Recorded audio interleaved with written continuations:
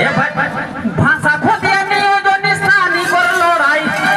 ঝাড়খণ্ডে জাগে উঠা পড়া লেখা বেদরকার গোহমরি হায় হায় এখন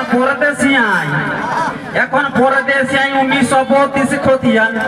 ঝাড়খণ্ডে দেনা দেখাই আজ নাই তো ঝাড়খণ্ডে অধিকার